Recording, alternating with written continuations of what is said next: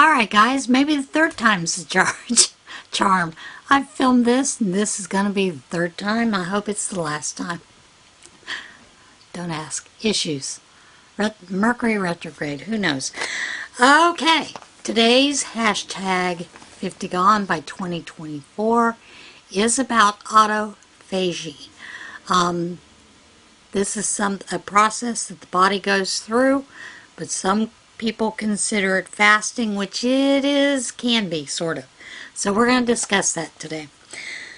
So of course, medical disclaimer comes first.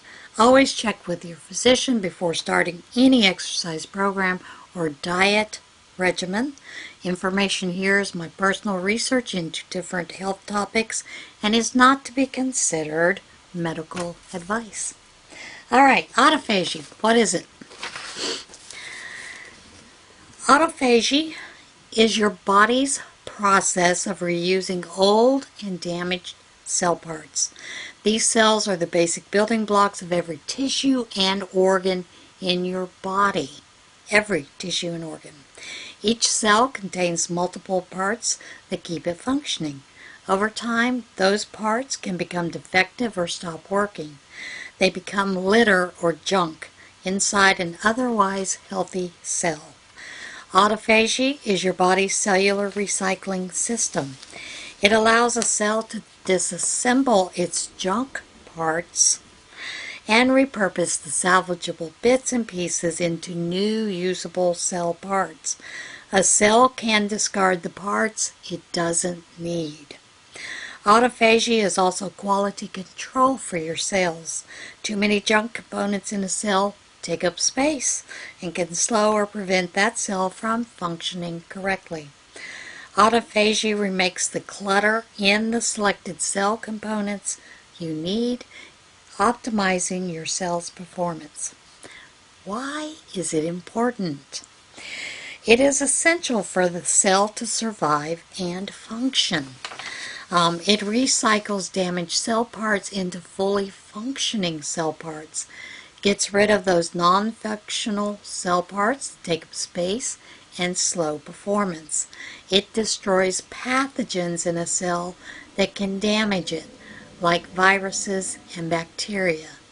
However, we all know that sometimes the cells can't do it themselves and we need an extra boost with antibiotics, medications, those kind of things. But autophagy plays an important role when it comes to aging and longevity as well. As you age, autophagy decreases, which can lead to a buildup of those cellular junk parts and in turn cells that are not functioning at their best. So what happens during autophagy? Autophagy-related proteins called ATGs make the autophagy possible. The ATGs cause structures called autophagosomes to form. The autophagosomes carry the junk pieces to a part of the cell called the lysosome, and a lysosome's job is to digest or break down the other cell parts. For those of you that had microbiology, had to learn what these cells look like, the different parts of them, you know what I'm talking about. Alright, imagine those lysosomes, part of the cell, eating other parts of the cell. The word autophagy is a combination of two Greek words translated to mean self-devouring. Autos means self. Phagomai means to eat. Lysosomes eat the junk cell parts and then release those reusable bits and pieces, and these cells use those raw materials to actually make new cells, new parts of the cells. So what causes autophagy? Autophagy occurs when your body cells are deprived of nutrients or oxygen, or if they are damaged in some way. Think of it this way. Autophagy is a recycling process that makes the most of the cell's already existing energy resources. The process ramps up when your body has to make the most of those resources because your cells aren't getting them from an outside source.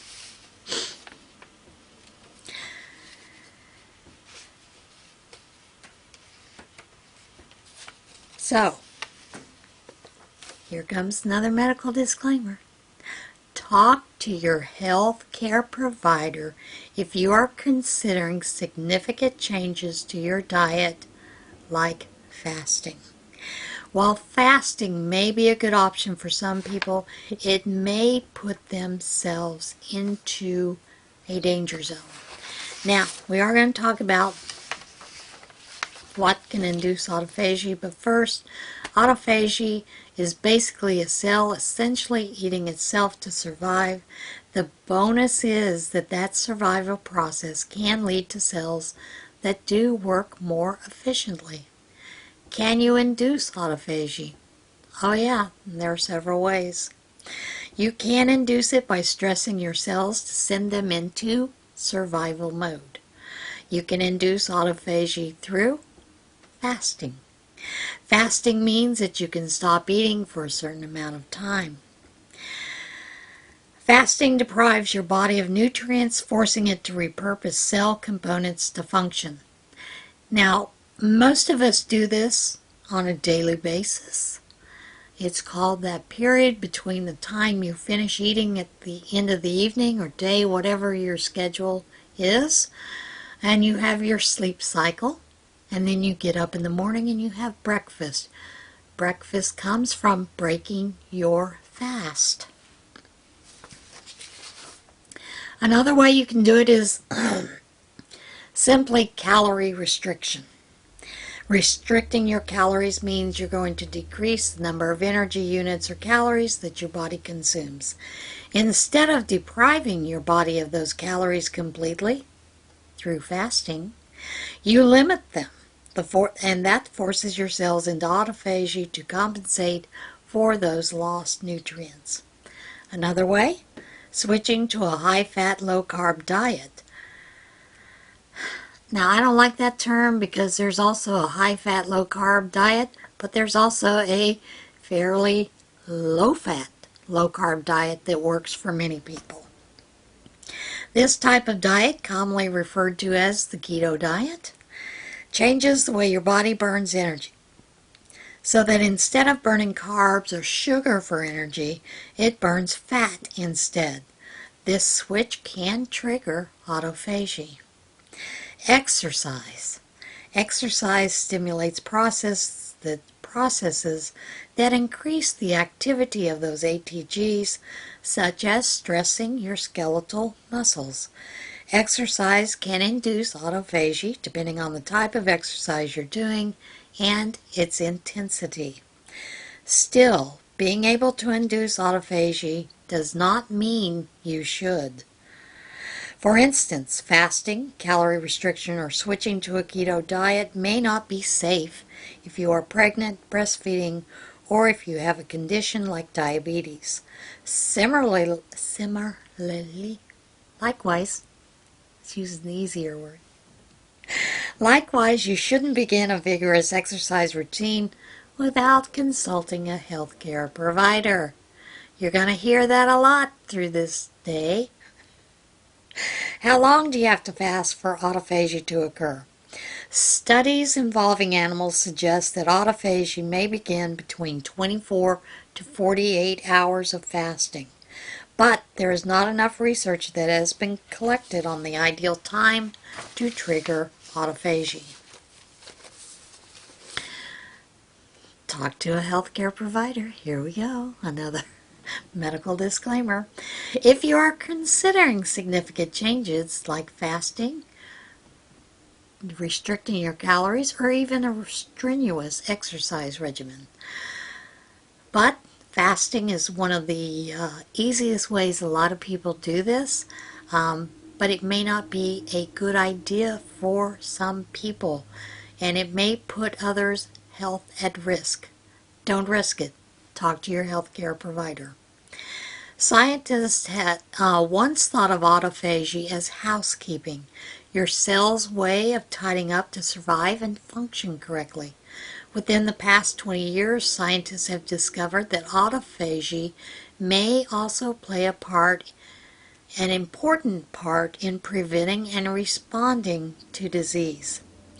For instance, studies have shown that problems with autophagy may be associated with Crohn's disease, diabetes, heart disease, Huntington's disease, kidney disease, liver disease, and Parkinson's disease.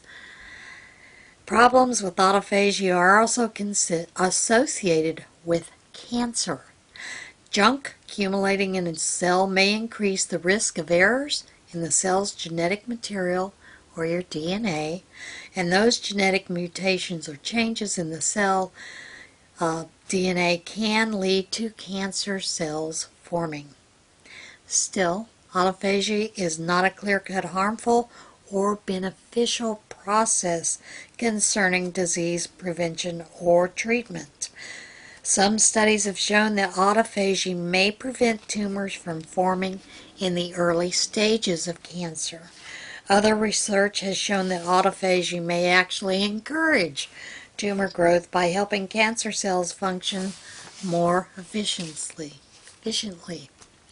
So, as always, there's a lot more studies that need to be done in relationship between autophagy and disease that just have not been performed on humans. Most of it has been studied on animals like mice or rats, which all mammals experience autophagy. As scientists collect more evidence about the relationship between autophagy and disease, we will actually get a clearer idea of how this process may play a role in certain conditions and long-term health. However, there are some recent conversations about autophagy that are framed around a health trend, a process to get younger, healthier cells. In reality, autophagy isn't that simple. It just isn't. Autophagy is indeed essential for healthy cells. It's also true that problems with autophagy are associated with some diseases.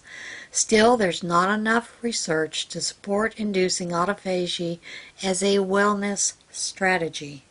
Depending on your health, fasting, reducing your calories, making drastic changes to your diet, or taking on a rigorous exercise routine may be dangerous.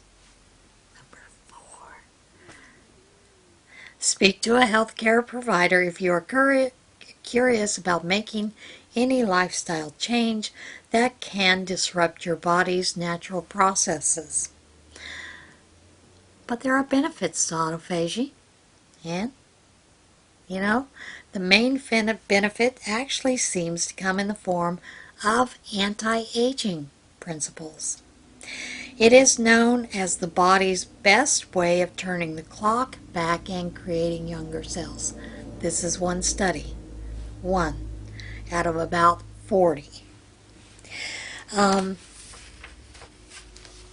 One of the other participants in this study, there is Petrie and there's also Corona that have done this. They point out that when our cells are stressed, autophagy is increased in order to protect us, which helps enhance your lifespan. Additionally, some of the registered dietitians say that in times of starvation, autophagy keeps the body going by breaking down cellular material and reusing it for the necessary processes. But of course, this takes energy and cannot continue forever, but it does give us more time to find nourishment. At a cellular level, the benefits of autophagy can include removing toxic proteins from the cells that are attributed to neurodegenerative diseases such as Parkinson's and Alzheimer's diseases. Now, Alzheimer's now is also being called diabetes type 3. There is a process that goes in the brain that you use your glucose, and what they're finding is that it has more to do with a diabetic state within your brain that causes some of the Alzheimer's to flourish. There is also recycling of residual proteins. It provides energy and building blocks for the cells that can still benefit from repair, but on a larger scale, it promotes regeneration and healthy cells. Autophagy is also receiving a lot of attention for the role that it may play in preventing or treating cancer.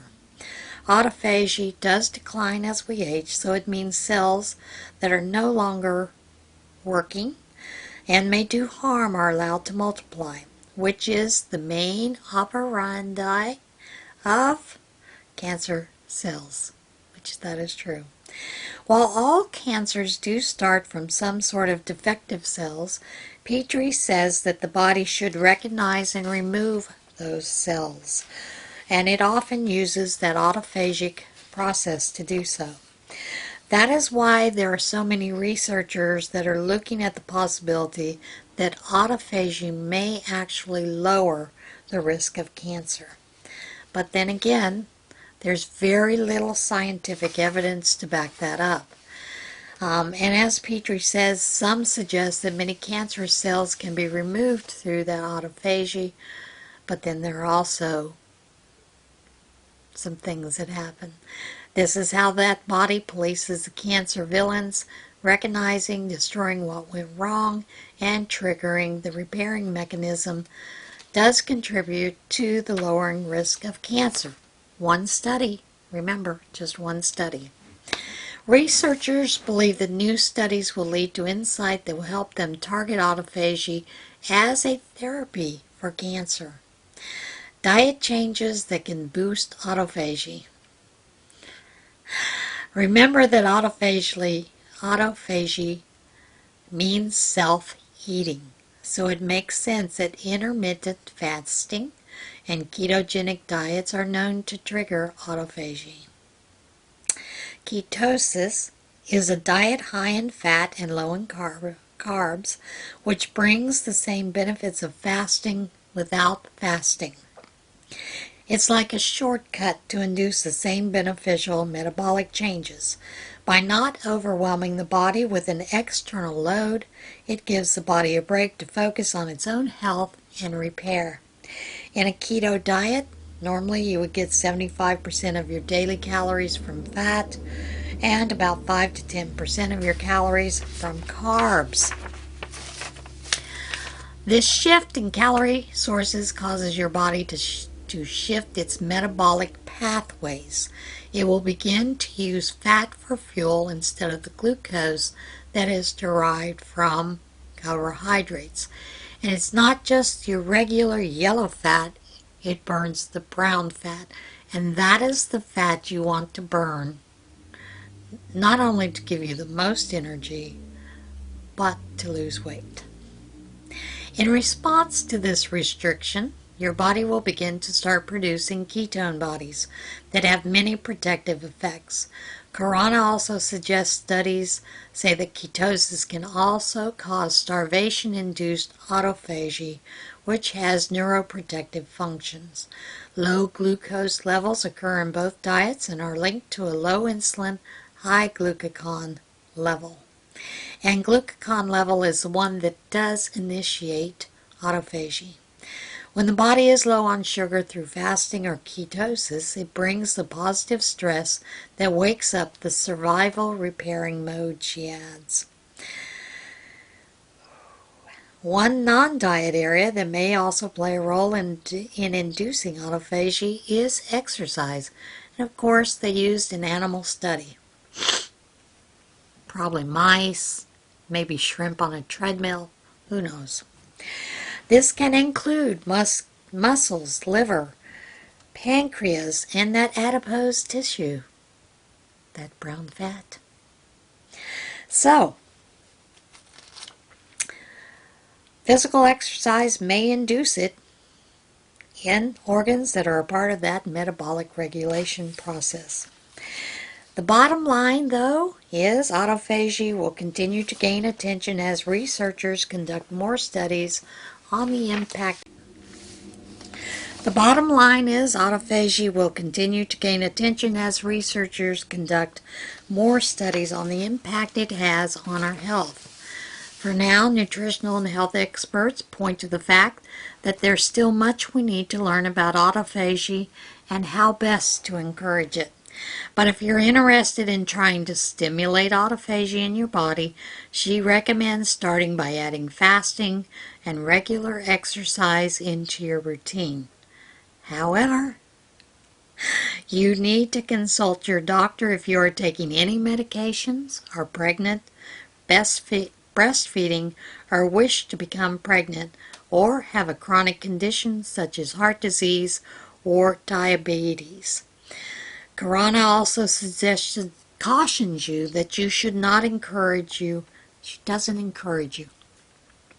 Tongue-tied. She does not encourage you to fast if you fall into any of the above categories. And this is something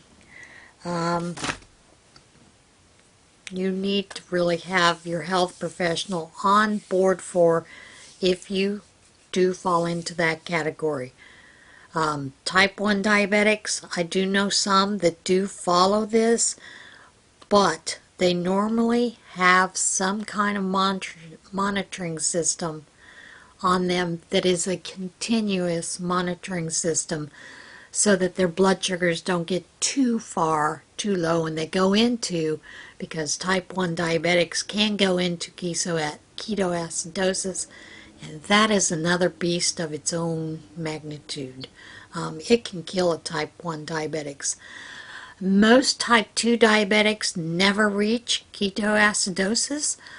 There are some that can, but it's really rare. So, as always, make sure that you are checking with that healthcare professional. If you're going to make any kind of change like that, whether it be dietary, fasting, or even rigorous exercise, make sure that you can handle that. Now, I will add, there is among some of the keto, carnivore doctors, some of the studies that they are doing actually show that people who suffer from PCOS, polycystic ovary syndrome, I believe it's ovary, they actually many times have issues with fertility. And for many of these folks, when they have switched over to a keto diet or a carnivore diet, they find themselves able to conceive without having to go to